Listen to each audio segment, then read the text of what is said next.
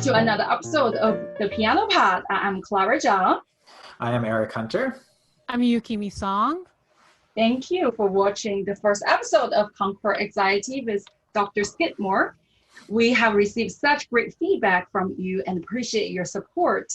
And the TPP is a podcast show where three of us invite a guest speaker each month who is in the fields of piano pedagogy, performing arts, recording artist, music technology, and the wellness of piano studio, the mental health of students, parents, and teachers. We're very excited about this opportunity to explore a variety of piano-related topics with you and share them. We already have several exciting guest speakers lined up for the coming months. We can't wait to learn from each guest and discuss this topic with them on this platform. If you want to find out more about who we are, what we do, why we started this podcast, please watch our introductory video on our YouTube channel, or you can listen to it on our SoundCloud account, or click the links listed below. The guest of this episode is Vera Anselmo from Anselmo Academy, who is a classical concert pianist, a piano teacher, and the founder and director of the formal piano school of New York City and now Anselmo Academy. She's going to talk to us. Hello, Vera. Hello, how are Hi, you? Vera. Hi, thank you so much. Yes, thank you so much for inviting me. It's an honor. She's going to talk to us about her life as a musician in Russia and in the US, and her experience in building the piano school and the Anselmo Academy, one of the most established piano school and non-profit organization in New York City area, and how she's transitioning from PSNYC to now Anselmo Academy. Hello, Vera. Thank you for being with us today. Yes, hello, Clara. Pleasure. Tell us a little bit of your background, where you're from, how you started your piano journey, and how you end up in New York City. Yes, well, it's, probably a traditional story of many immigrants that come from Europe or Asia or any other country in the world. I grew up in the Soviet Union in the city of Moscow, which is a capital. It was a difficult life living in the Soviet Union because of the past regime and the government restrictions and regulations. However, being raised by my parents, my mom was a well-known classical piano teacher with many years of traditions and having students graduate from her studio and then go to music college and complete their degrees. So she had a legacy that she had built for many years. And so me growing up in that environment really sort of helped me, like music helps many people to kind of forget about the maybe not so favorable environment that you live in, but music helped uplift your spirit and motivate you and inspire you, right, from a human emotional level. So I have to say I have I have had rich childhood and teenage years as far as musicians and artists that were friends of my mom, who surrounded her, and therefore I was part of that circle. These were some of the very well-known musicians in Russia. And it was a very enlightening experience when I look back, after being in the United States for over 30 years now. When I look back, I don't even recall, the problems in the Soviet Union economy and the regime. I only really remember, I have good memories of my upbringing. And of course, as probably Russian culture is considered to be one of the top level Sure. of musicians and artists and you know, in the performing arts industry, whether it's ballet or theater or Yeah. even actually literature, right? So the Russia has produced so many phenomenal you know, masterpieces for all of us to enjoy and grasp for the rest of our lives and many more generations to come. So I feel very blessed to grow up in that kind of environment that certainly helped form me as a musician, as I probably should just say that I've developed that dedication to the arts Mhm. from, you know, I guess young teenage years. I knew that music, no matter what I was going to be doing, I Right. knew that music was going to be a big part of my life because I left Moscow. I was 21 Okay. Wow. and but very, very young up Mhm. here, Right. Of course. you know, not equipped with life skills or skills to live on my own or do anything of that sort. But on the other hand, I was already, you know, how shall I say, I was not only committed, but I was ready, right, to take some next steps to develop something important. I didn't know what it was at the Uh, time. Once you came to New York and you went to the Juilliard School for a while, right? And Yes. that's absolutely beautiful. And eventually, you started in New York City as a piano teacher. And how did you start the beginning days as a piano teacher? What was it like? It's actually is a quite simple story. I mean, I followed the traditional footsteps of many aspiring, you know, pianist teachers who, after graduation, I want to also mention that after Juilliard, I went to Manus Okay, College of Music to do my master's. right. I now also teach part-time at Manus Oh, Prep, which I am proud and honored to be on the faculty for more than 25 years. So after graduating, I, you know, didn't really know what exactly I was going to do. I did some performing, I did some teaching, I was putting flyers on bus stops, I was on my bicycle, you know, riding around the city. And, you know, from one of those flyers, I got a call from a church in Harlem, and that was you wow, know in mid '90s, wow. maybe '97. So at that time, you know, Harlem was not what it is today. It was, you know, many buildings were abandoned and burned Mhm. down, and so it was not an area where you would typically, you know, go for piano lessons. But the woman I spoke on the phone with was very warm, and Mm, somehow we connected on the phone really well.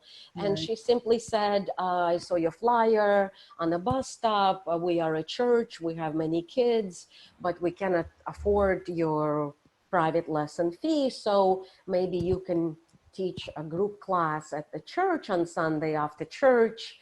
And you know, maybe each child would pay $10. And you know, initially was a little concerned about going to an area I don't know. But something inside me was like, I should really figure this out and give this a good try. I've never taught a group class before.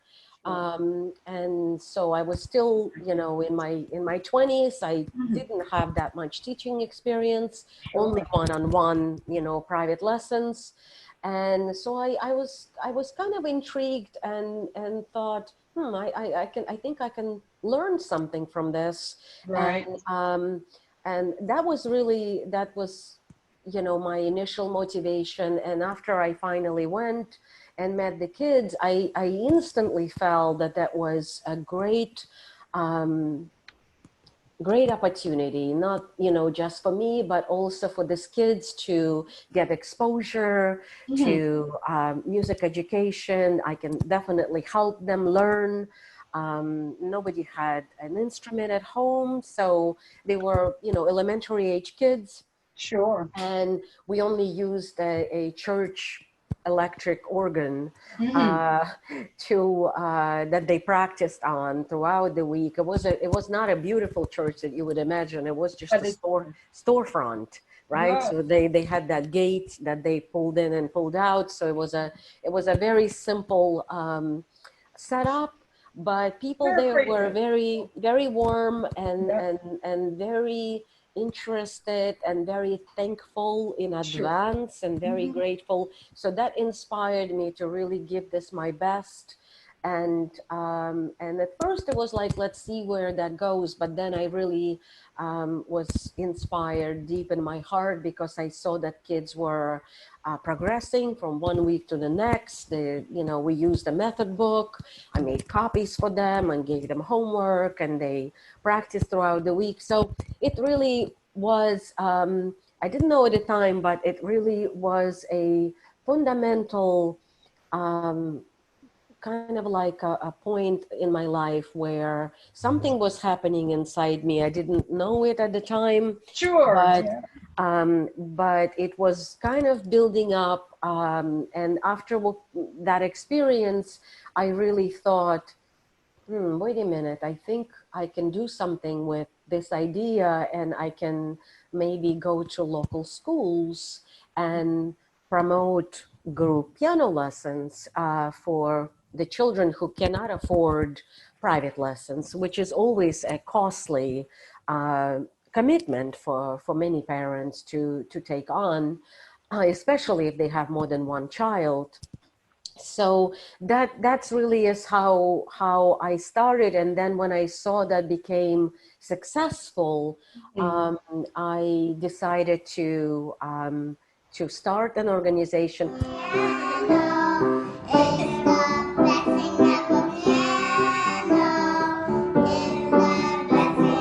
Great. So, how did you come up with the name Piano School of New York City in the beginning? Yes, you know, it's actually is a funny story, because even before I started the school, I was teaching many private students, and one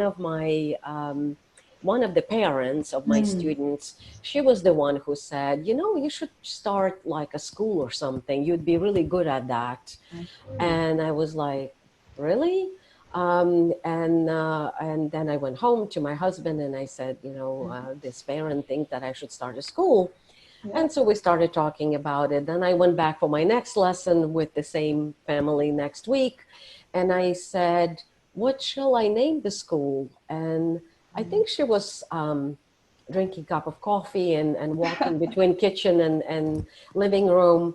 And she was like, I don't know, Piano School of New York. Oh my gosh. Yes. This is amazing. And so, and as she didn't even think about it, right? And so as she said it, I was like, okay, that sounds good. On our way to school. 2, 3, 4. You know that? I did not know exactly how you were operating your school until I talked to Clara a few days ago. And so could you tell us a little bit more? So I didn't realize it was basically based on the group lesson. Am I correct? Correct. So from the beginning, like I was talking to Clara, my idea of the school was not only to implement private lessons, but actually grow this kind of programs at local schools. So as we started the Piano School of New York, that was my mission from the beginning, to really implement group piano class programs at local schools. We started in Manhattan, all throughout the city. Then we expanded to Brooklyn, to Queens, then later in New Jersey, Rockland County, and Westchester, little by little. But it kind of took off rather quickly because there was no such program in many schools. And we just promote it with a simple flyer for parents to sign up for inexpensive group classes that their children can join right on the premises of the school for after school. And yes, it was really a simple idea that took off, and I'm actually very, very proud of it because I think it helped many children to get their first, to get their feet wet, if you will, in exploring what the music education is about. Some children transitioned from that to private lessons, some didn't. Some really just, stuck with it, just for it being an enrichment program. And, we are all musicians, but for those who, let's say, are not musicians, I think it's important to mention that music as enrichment, it doesn't have to be a serious, it doesn't have to be serious approach to learning from everyone. So if some children just want to explore and simply see what it's like and simply see if they like it, and just even see what it is about because they have no idea. I think it's a great platform for many children of any age to learn what it is about. It obviously, we as musicians know, it improves their abilities in many ways, for young children, from motor skills to coordination to brain activity. Older kids do better in school and in math, etc. So I think that it's a very important platform, not just for those who want to take it seriously, but just as a addition to their life, and improve their quality of life and their schooling.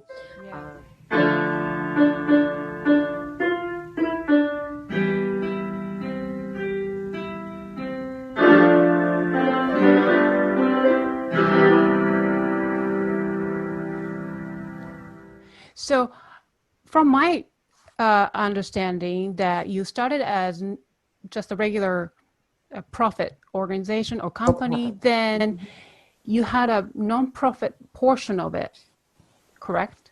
Correct. So could you tell us about the story, please? Yes, of course. So because we were expanding to some not economically well-established areas, as we would go to different schools, we would be faced with a situation that some parents, even at a low price for group classes, would ask us, do you offer discounts? Can you give us scholarships? Can you help us? What can I do, etc. And that prompted us to do something about it, because we wanted all the children to join regardless of the economic background. So it was in 2003 that we created a nonprofit scholarship fund that was called PONY, P-O-N-Y, which is Piano Outreach of New York. And that was approved by IRS. And with that scholarship fund, we started raising money among our private students. So in other words, private students would help us raise some money for our scholarship fund to be able to give scholarships and discounts to students in economic need, so they too can join our group classes. So it remained to be such, so the two organizations function as sisters. It was a Piano School of New York and Piano Outreach of New York that supported each other. And it continued through 2016, at which point, well, let me back up a second. I had a fantastic mentor. He was actually my student, adult student, who was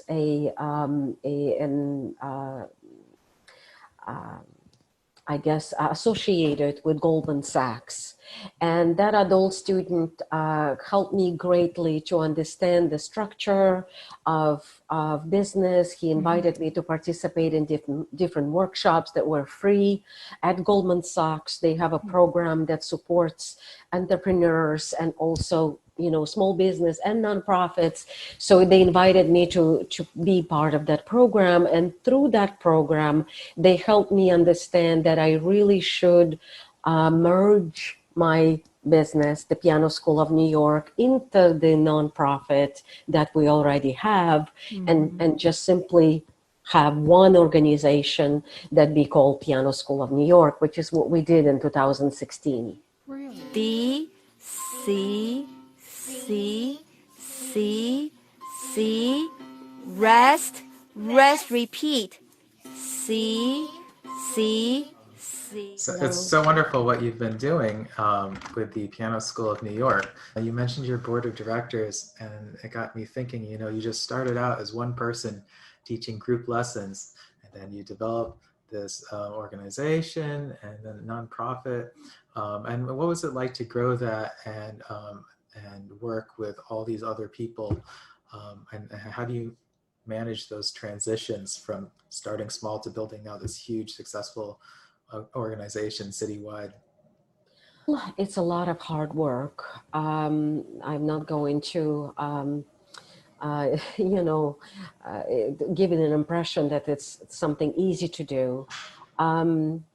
It sometimes 7 days a week, you know, 12 hours a day, work on a phone, email, took years to you know, to figure out which is the right way, many mistakes along the way, learning from mistakes, and figuring out what's not to do next time, kind of the experience that ultimately made me stronger, made me believe through the positive experiences that this is worth doing, that this is worth pursuing. It gave me huge satisfaction to see so many kids and so many families feeling grateful from the experiences of our, you know, programs. So many teachers also expressed great feeling of reward being part of the organization. As you know,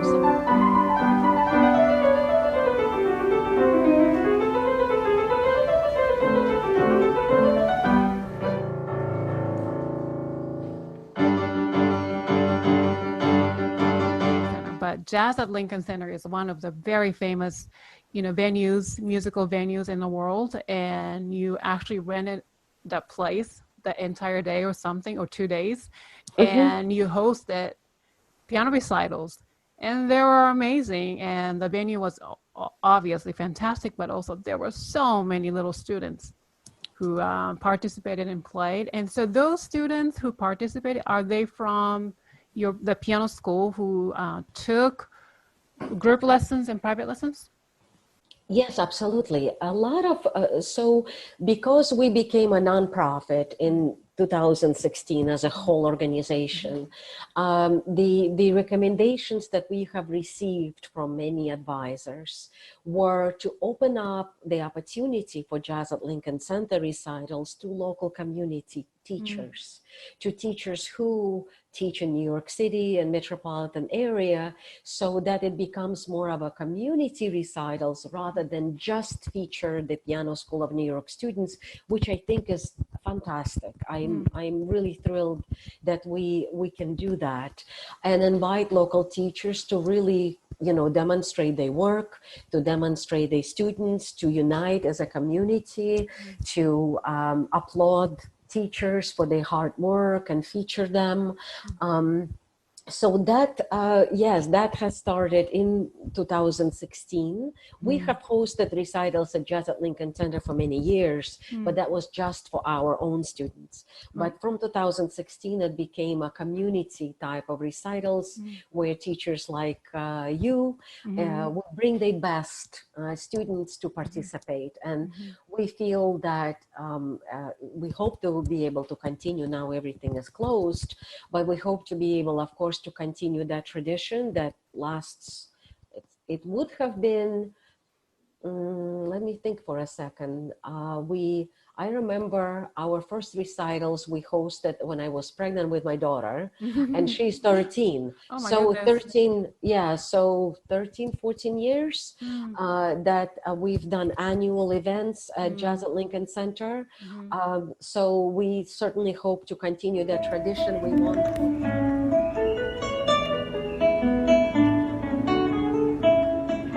So can you tell us now a little bit about Anselmo Academy? Yes, with pleasure.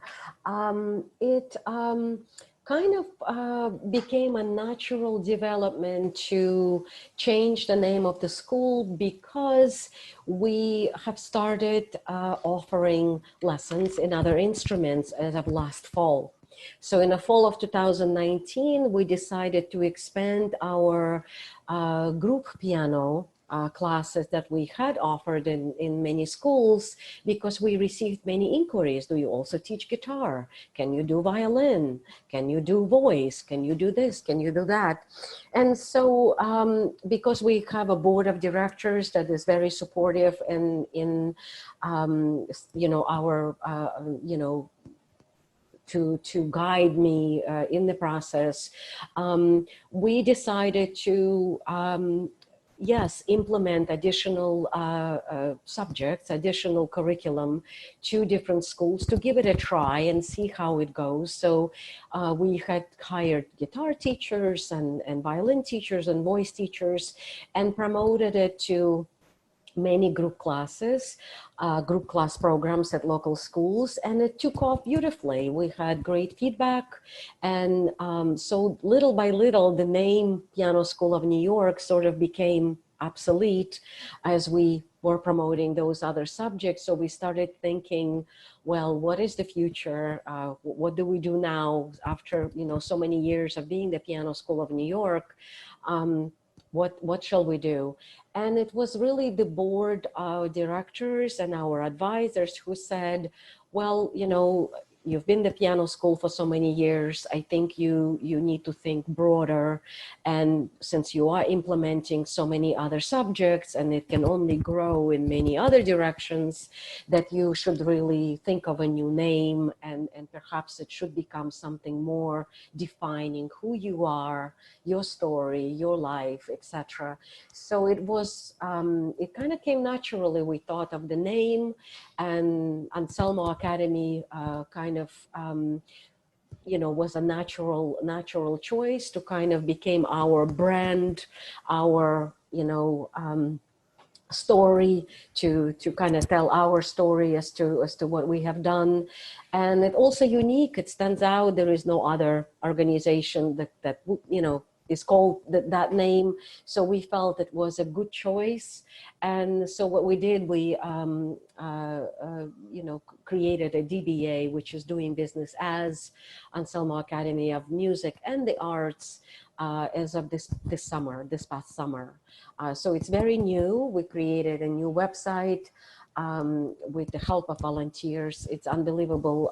As a nonprofit, we get to you know, be it's a fantastic platform as a nonprofit that you attract other businesses, organizations who want to give, who want to help you.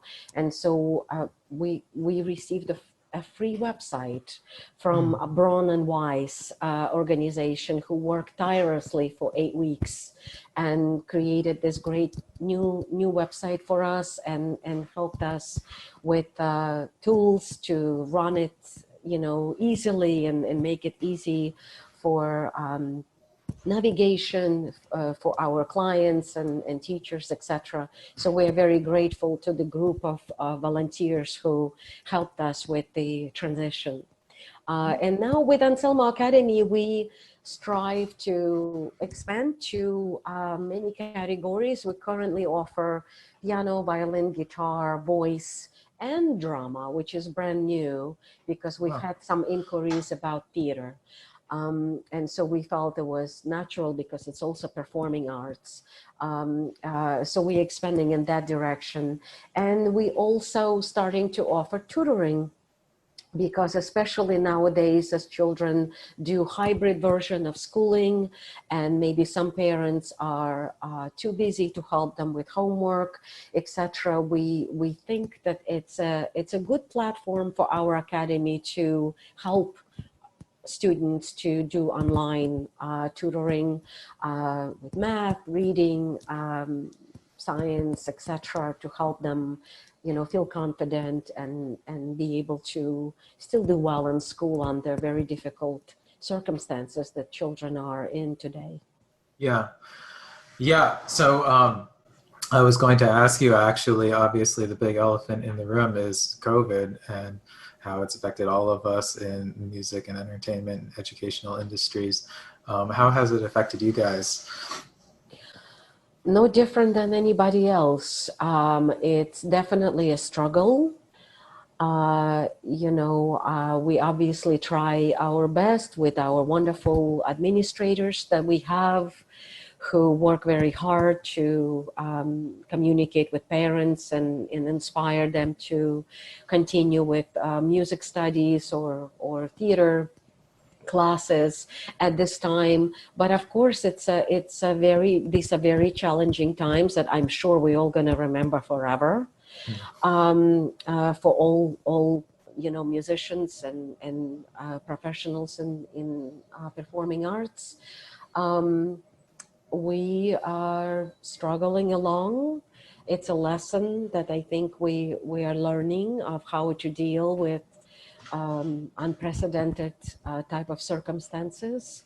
And I think that overall, though, we're gonna all hopefully gonna come stronger and better. And I think I strongly believe that music has such power. So I think COVID is nothing. I think that we're gonna come out stronger than ever after this is over. And it's going to be a renaissance of arts and music blossoming all around the world. And we the huge payback, so to speak, is coming for all musicians and professionals in this industry, because I believe that it's just a pause. We are on pause to reflect, to see what it is that we need to do. Be creative, don't complain, right? Be positive, learn a new skill. We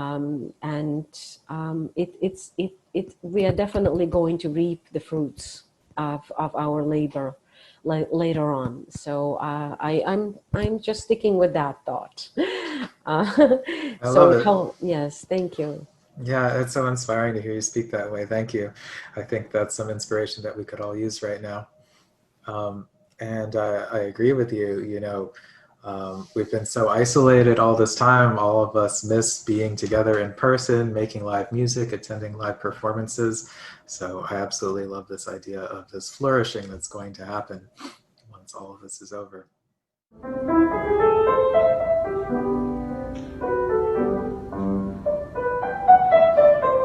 I was wondering, for new teachers and pianists starting out today, especially in this scary new world, what would your advice be for them? The advice would be to be patient, to stay positive, to learn a new skill, read books, learn new repertoire, read biographies of great musicians. We all, who obviously went through great struggle in their life. Just learn from it, take it as a learning experience, as a learning curve in their life, and stay positive. This will pass, we will overcome, and then after this is over, I guess stay true to yourself. Follow your heart. See what your heart is telling you to do. It's a journey, right? You have to discover what passion you have in life, whether it's performing, composing, teaching, combination of all of the above, something else, creating schools or festivals or online lessons or whatever that you feel your passion is. Follow your heart and be passionate about it and work hard. Combination of those few things will get things done. Thank you so much. Well, our website is self-explanatory. It's very easy to see our offerings in piano, violin, guitar, voice. We actually just added saxophone as of a couple of days ago because we had a student who inquired, and we now have a new saxophone teacher. It's anselmoacademy.org. And anyone who is interested can explore our website, send us questions. So we would be happy to answer. And as far as what's so special about Anselmo Academy, it's the community of our staff, of our teachers who are deeply dedicated to the work, to the pursuit of implementing music and arts education in student lives. We currently offer online and in-person lessons. It really is just based on a client preference. So if someone is ready to start doing in-person lessons with social distancing, we would find a teacher who is also comfortable doing this kind of lessons, and we would implement that. So we just navigate one day at a time about this hybrid form of lessons. Thank you so much, Vera, for being interviewed by us today. It was such an honor, and I always considered you as one of my great mentors, in the beginning days in New York City. And I think what you talked to, Yukimi and Eric about these, managing young artists, and I think I can be a great testimonial, right? And in the beginning days, really, it was just very different. I was teaching in the university before I came to New York, and I remember when you hired me, was within a few hours, really, when I wrote to you, you were so efficient, and you were like, Clara, you can do this, and I went to this tiny little preschool in Queens and then taught these like 2-3-year-old toddlers piano lessons. And a few months in, we were performing Jazz Lincoln Center. You were like, Clara, they have it, and it just be patient. So I really learned so much, and I think that's really just the most wonderful way. As artists, actually, it's a very humbling experience to have all this, and so. And I really think that you are one of the most successful, probably business lady in New York City in the music education sector in New York. So I would love to hear all of your website and you have a social media account on Instagram and on Facebook. Is that right? Yes, correct. All of the social media icons are on our website. Okay. So any interested individuals can just click on the icon to go to our Facebook, Instagram pages that is updated with many videos and recitals and etc. So besides the gifted and talented recitals that we spoke briefly, I want to also mention that a few years back we started a youth competition, and a youth competition has the same formula as gifted and talented recitals, that we invite local teachers to demonstrate the best students at our youth competition.